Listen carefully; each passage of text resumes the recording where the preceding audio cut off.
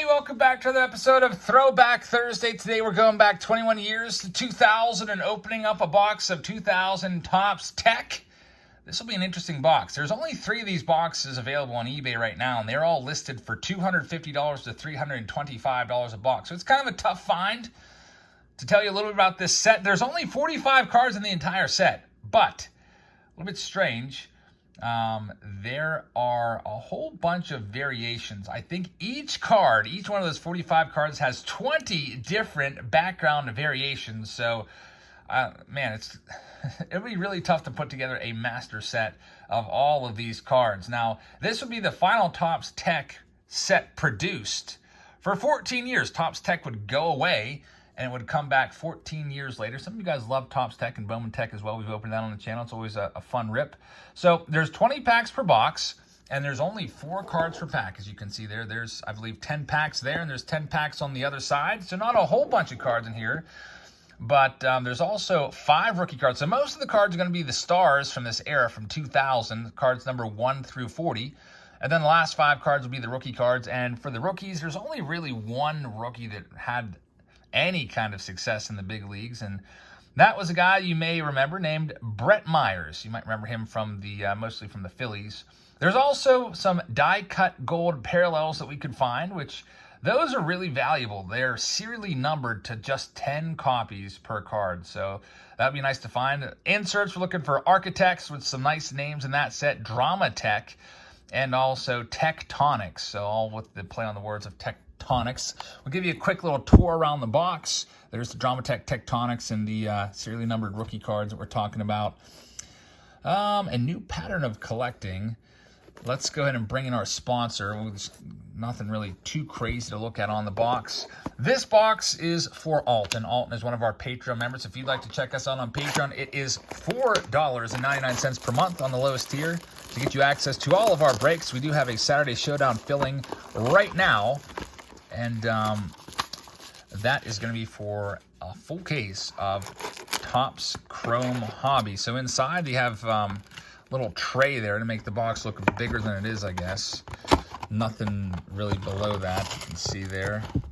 Interesting, definitely an interesting box design. So here's the packs, not too many of them. Let's go ahead and check them out. 4 cards per pack.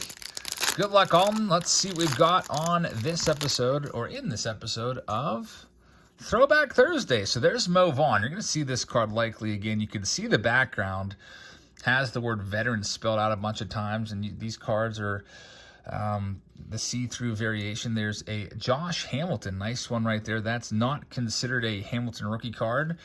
We've got a Drama Tech insert card. It is Big Mac, Mark Mcguire. So there's, you can see Alton's name right through the card. The backs do, I guess, have some stuff printed on the back. Some of the TOPPS TEK cards never have anything printed, but I guess they can put some text there and not destroy the background of the card. And a pretty good pack right here, because look who it is. Ken Griffey Jr. Now, slugging percentage. If you see another Griffey card, it might have his hometown, might have something else in the background there. So a nice Ken Griffey Jr. TOPPS TEK as well for Alton. So definitely some nice cards. Let's go to pack number 2. And I guess each pack is going to have one of these little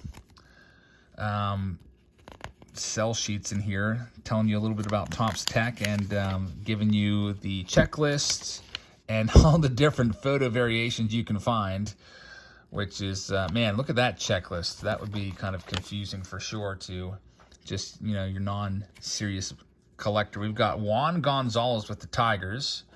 I guess I almost have to pull these cards off to the side so you can see it. And maybe we should get Alton's name a little bit. Otherwise, there's a Pat Burrell autograph background variation. We've got a Architect card of Slammin' Sammy Sosa. That's a nice one right there. And this is a nice card. Look at that Derek Jeter with the autograph background.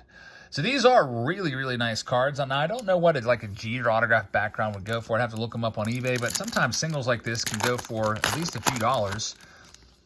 And with all the different variations, maybe some are a little more desirable, more valuable. There's Randy Johnson, the ever-boring just position background. This says pitcher a bunch of times. We've got the Big Hurt. Frank Thomas, of course, a Hall of Famer. Next card's sticking just a tad bit. It's a John Snead. That's one of the 5 rookies. Do you remember John Snead? I sure don't. You can see it says rookie card on it. And Jim Thome is the last one right there with the batting average of 287, another Hall of Famer. Definitely a nice set. Some big names in here for sure, but very, very thin on the rookies. Next up, we've got Nomar Garcia-Parra with the autograph. He was so good, but just kind of faded out there, just like this guy, Andrew Jones. Probably doesn't get enough Hall of Fame support. Ruben Salazar rookie card, one of the bust rookies, and Corey Patterson getting a card as well. Next up, let's see what we can find in pack number, I think this is like pack number 6 or so. We got a Hall of Famer right here, Larry Walker. It's a nice one. Greg Maddux, another Hall of Famer. There's the best rookie card you can find. It's a Brett Myers. Don't know what that 80 means. I'm guessing that is his, maybe his uniform number, even though pitchers usually don't have numbers that high. And how about a nice Big Mac? Mark Mcguire, definitely like that card a lot. Mark Mcguire was one of my favorite players during this era. Wasn't really collecting cards in 2000, but all his cards went way through the roof, of course, as you can imagine. I think his 85 Topps was like a $200 card raw or more at this time.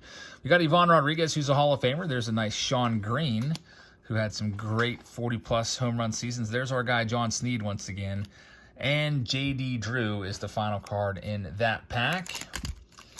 Let's see what else we've got. If you are just tuning in to the channel tonight, don't forget to check out our Topps Fire preview video. We opened 3 hobby boxes of Topps Fire today. You can check that out. It's a new release. It's only available at Target. You can maybe see what you think of it, and might go out and grab yourself some Topps Fire for yourself. Eric Munson, not really sure why he got a card. I guess he was a highly regarded prospect, and an architect insert of Mike Piazza. Definitely a nice looking card right there on the Piazza.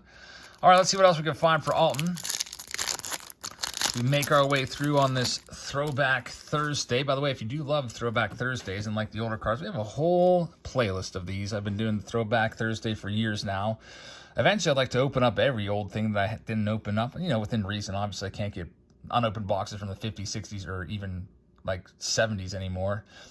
There's Tony Gwynn. He's a Hall of Famer. Cal Ripken Jr. This is a great card, and we have a die-cut card coming up. Look at this. It's a Tectonics card. There's the Ripken. We can't just gloss over that one. He's one of the all-time greats. Tectonics Mike Piazza. That's a cool-looking card right there. It's all die-cut, as you can see. And the last card there is Jose Canseco. A lot of people still collect his cards to this day. People that really loved him back in the late 80s when he was slugging all those homers and stealing all those bags. Bernie Williams had a Pedro Martinez in there. Orlando Hernandez, El Duque right there. And there is Manny Ramirez as the last one, who, Manny would be a Hall of Famer right now if not for the steroids.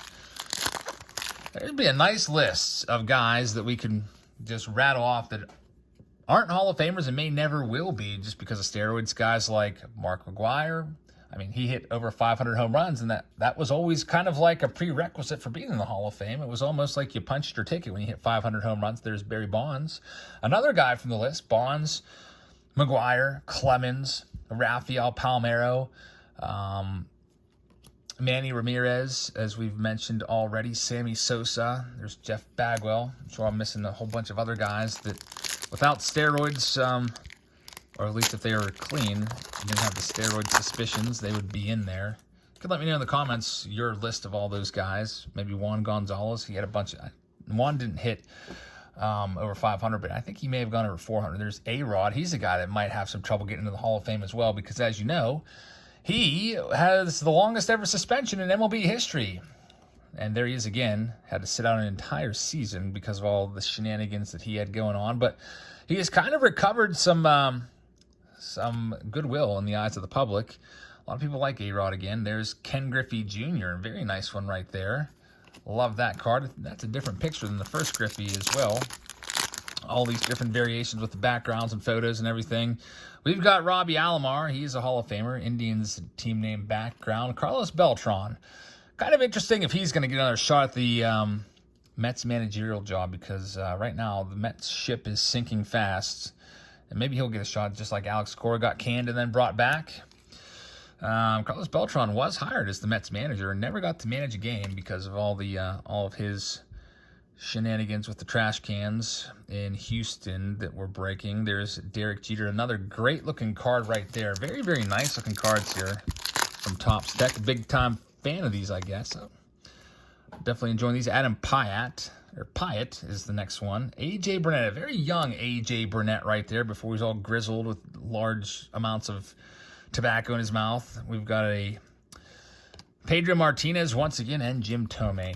Man, I'll tell you what, Pittsburgh fans definitely loved A.J. Burnett. He was a real gamer out there on the mound and was a huge part of our postseason run when we acquired him from the Yankees. Rick Ankiel, he's a nice one.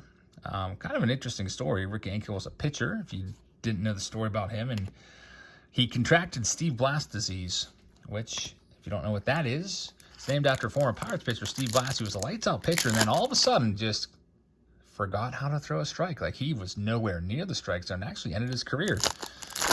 And Rick Ankiel suffered from the same thing. Like, you could probably find highlights of him throwing balls like 10 feet over the catcher's head to the backstop. It's just so confusing. And Rick Ankiel, rather than just going out with a fizzle, he came back and he remade himself as an outfielder, a power-hitting outfielder. Had some good home run seasons there. There's another Big Mac, Mark Mcguire. And Rick Ankiel had a nice career as an outfielder, mostly with the Washington Nationals and Cardinals. There's Mo Vaughn. Josh Hamilton once again. Mo Vaughn, I think 1995 MVP, if I'm not mistaken. Ruben Salazar rookie card, and J.D. Drew. So we're down to 4 packs left. Again, thanks for joining us on this Thursday. Hope everybody's having a very nice Thursday evening. I hope you'll check us out for our live stream on Saturday. It's Saturday Showdown, and I'm thinking about maybe doing a second live stream on Sunday. We'll see. There's John Snead, Blue Jays team name variation, and Eric Munson once again, photo variation there. Pat the Bat Burrell. And we've got 3 packs left now for Alton. Let's see what we can find. There's the big unit, Randy Johnson with the MLB logo in the background. Kind of a cool card right there. Frank Thomas for the 3rd time. We've got a Larry Walker Architect insert card, and there's Jose Canseco once again, MLB background variation. Next up, we've got a Nomar.